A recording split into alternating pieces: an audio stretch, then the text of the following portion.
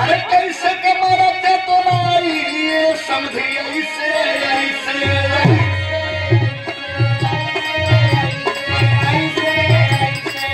अच्छा मच्छा तोड़ गल ओकर बिया निकाल गल अचार बनाए ला मसाला तैयार है तो जब अचार बनाए ला मसाला मन भराई तब ना अचार बनी हाँ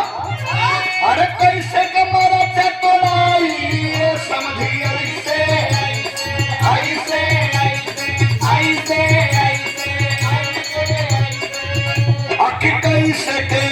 अरे कैसे के मरचा भराई हो समझी ऐसे मरचा भराई हो समझी ऐसे ऐसे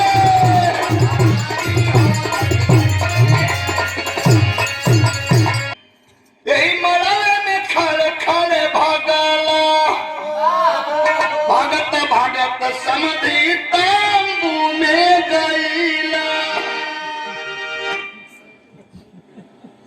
समझी साहब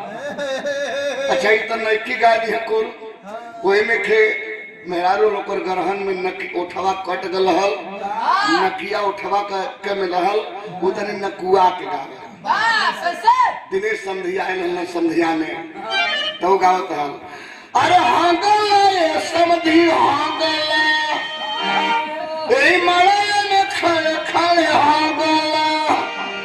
हगत समझी तांबू में गईला।